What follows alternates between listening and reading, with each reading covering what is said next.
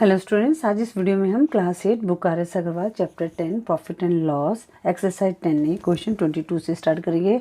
बच्चों जी, exercise 10A की 10th video है। अगर क्वेश्चन 1 से लेकर 21 तक की वीडियो देखना चाहते हैं तो डिस्क्रिप्शन में लिंक दिया गया है, वहाँ से देख सकते हैं। और साथ में जितने भी हमने क्लास 8 के चैप्टर्स की वीडियो बनाई है सबका लिंक डिस्क्रिप्शन में दिया गया है। अगर आप देखना चाहते हैं तो वहाँ से देख सकते हैं। बच्चों, क्वेश्चन 22 है, Wasim bot 2 cricket bats for rupees 840 and rupees 360 respectively. He sells the first bat at a gain of 15% and the second one at a loss of 5%. Find his gain or loss percent in the whole transaction. अब बच्चों, वसीम ने 2 cricket bat खरीदे। एक की cost थी 840 और दूसरे की है 360।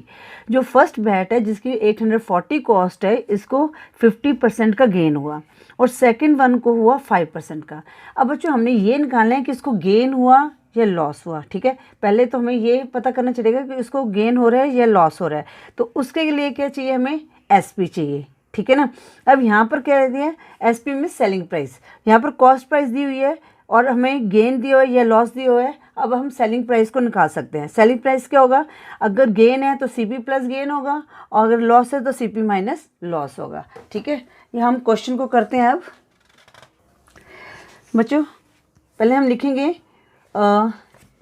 एक एक करके, पहले हम इनका गेन निकाल लेते हैं और लॉस निकाल लेते हैं। ठीक है, तो और इससे एक एक करके हम जो है सेलिंग प्राइस भी निकाल लेंगे एक एक बैट की। तो CP ऑफ, तो यहाँ पर हम लिखेंगे फर्स्ट बैट। ठीक है, CP ऑफ फर्स्ट बैट। आप कॉस्ट प्राइस पूरा भी लिख सकते हैं। कितने बच्चों, ₹840। ठीक है, अब ही sells bat at a gain. Gain कितना हुआ, 15% हुआ। ठीक है, अब बच्चों जो गेन है ये 15% किसका होता है, हमेशा जो गेन जो लॉस होता है ये हमेशा CP पे होता है। It means 15/100 multiply 840।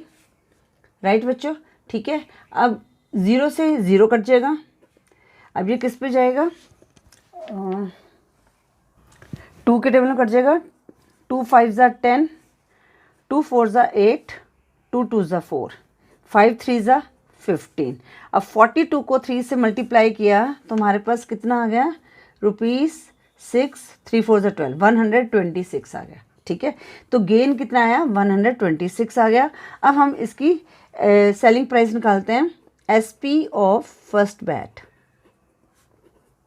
ठीक है, वो होगा CP मतलब cost price plus gain.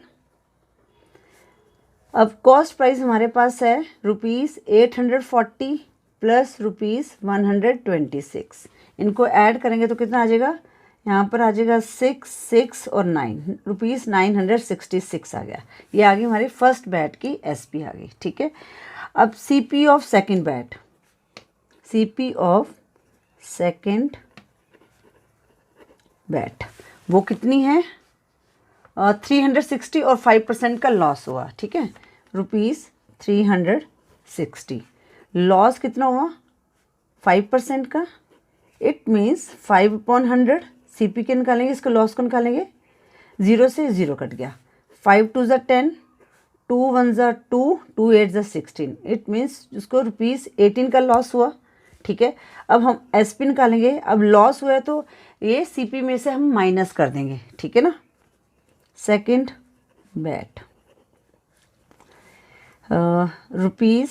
₹360 minus ₹18। ठीक है, CP माइनस लॉस। तो बच्चों कितना हो गया, यहाँ पर 10 में से 8 लेस किया 2, यहाँ रह गया 5, 5 में से 1 लेस किया 4, 342 जो है सेकंड बैट की SP आ गई। ठीक है, अब हमने क्या निकालना है, यहाँ पर हमें पहले ये बताना है कि गेन हुआ है या लॉस हुआ है। तो हम क्या करते हैं, पहले दोनों बैट की CP को ऐड करेंगे, फिर दोनों बैट की SP को ऐड कर देंगे। तो यहाँ पर लिखेंगे total CP of both bats. ठीक है, CP की बात चल रही है तो ₹840 प्लस ₹360। इनको ऐड किया तो कितना आ जाएगा, 0 6 + 4 10, 0 1 कैरी, 9 9 + 3 1200। तो CP कितने आ गई, 1200। अब हम SP लेते हैं, total SP of both bats. ठीक है, फर्स्ट बैट की SP कितनी आई थी ₹966 और सेकंड बैट की SP आई थी ₹342। ऐड करेंगे 6 + 2 8, 6 + 4 10, 0 1 कैरी, तो 9 + 1 10 + 3 13, ₹1308। अब बच्चों यहाँ पर क्या है, SP जो है CP से ग्रेटर है। ठीक है ना, यहाँ पर लिखेंगे SP is greater than CP। तो हमें क्या हुआ, अगर सेलिंग प्राइस ज़्यादा है कॉस्ट प्राइस तो हमें क्या होता है, गेन होता है। सो क्या हुआ, इट्स अ गेन। ठीक है बच्चों, अब गेन आया है तो गेन हम कैसे निकालते हैं, SP minus CP, selling price minus cost price. Selling price आ गया हमारे पास 1308 माइनस ₹1200 जो है CP है, माइनस किया 8 आ गया। अब यहाँ पर क्या है 0 और 3 में से 2 लेस किया 1, ₹108 का हमें क्या हुआ, गेन हुआ। अब हमने गेन परसेंट निकालना है। ठीक है, तो गेन परसेंट का फार्मूला क्या होता है, गेन अपॉन CP इंटू 100%। ठीक है बच्चों, गेन हमारे पास आया 108 का, CP हमारे पास कितनी आ गई थी, टोटल CP लिखनी है बच्चों यहाँ पर, टोटल CP कितनी है 1200 इंटू 100। ठीक है, 100%, 0 से 0 कट गई।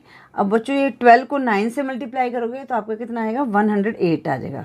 12 9 108, तो इसका गेन परसेंट कितना आ गया, 9%। तो आप आंसर में लिखेंगे गेन परसेंट इक्वल टू 9%।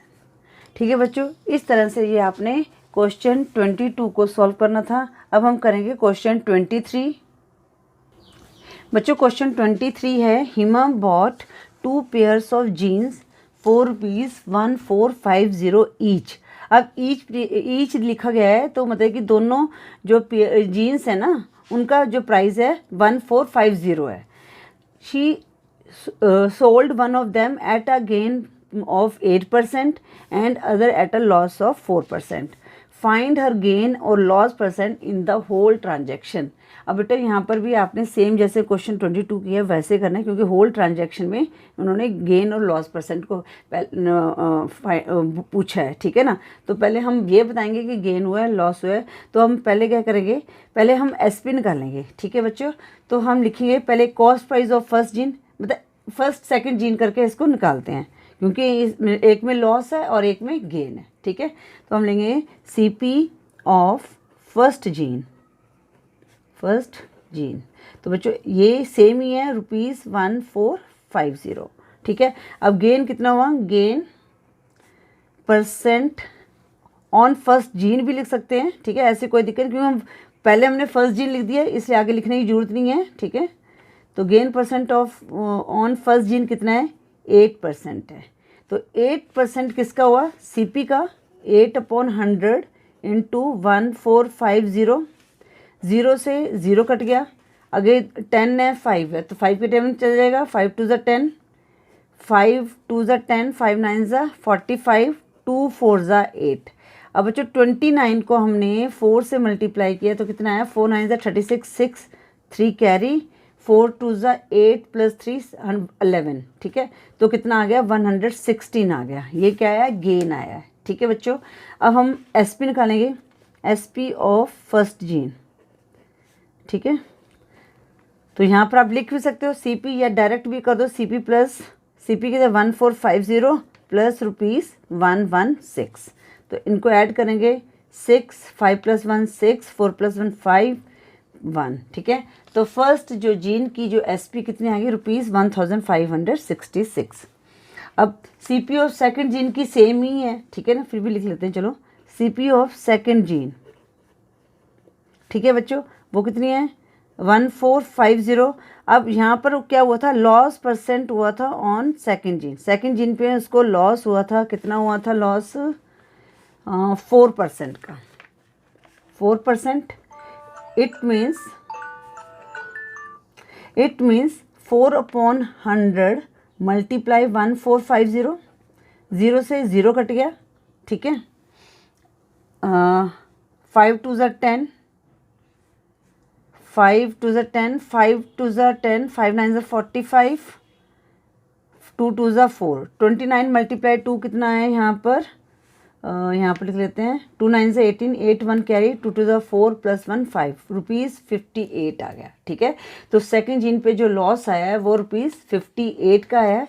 अब हम SP निकाल लेते हैं, SP ऑफ सेकंड जीन। अब ये लॉस था तो इसमें क्या करेंगे, CP में लॉस को माइनस कर देंगे। ठीक है बच्चों, 1450 माइनस ₹58। ठीक है, तो 10 में से 8 नहीं लेस कर सकते, 0 में से 8 नहीं लेस कर सकते, तो कैरी किया, 10 में से 8 लेस किया, कितना आ गया 2, यहाँ रह गया 4, अब 4 में से 5 लेस नहीं कर सकते, तो यहाँ से हम कैरी करेंगे तो 14 बन गया, 14 में से 5 लेस किया तो कितना आ गया 8 आ गया। ठीक है, और यहाँ पर आ गया 3, तो यहाँ पर कितना आ जाएगा 1382। ठीक है, नहीं यहाँ पर 9 आएगा, 1392। ठीक है, क्योंकि 14 में से हम 5 लेस करेंगे तो 9 रहेगा, तो इसकी सेकंड जिन की SP क्या आ गई 1392। अब हमें गेन और लॉस का पता चल जाएगा क्या हुआ है, तो हम क्या करते हैं, पहले दोनों की CP को ऐड कर लेते हैं, CP of total CP of both jeans. ठीक है बच्चों, तो यहाँ पर पहले यहाँ पर अगर आपने और डिटेल में है तो CP of first gene plus CP of second gene ऐसे भी करके लिख सकते हैं, मैं डायरेक्ट लिख रही हूँ। तो यहाँ पर कितना थी ₹1450, सेकंड की भी ₹1450 थी। ठीक है, तो इसका कितना आ गया 009, 2900 जो है CP आ गई।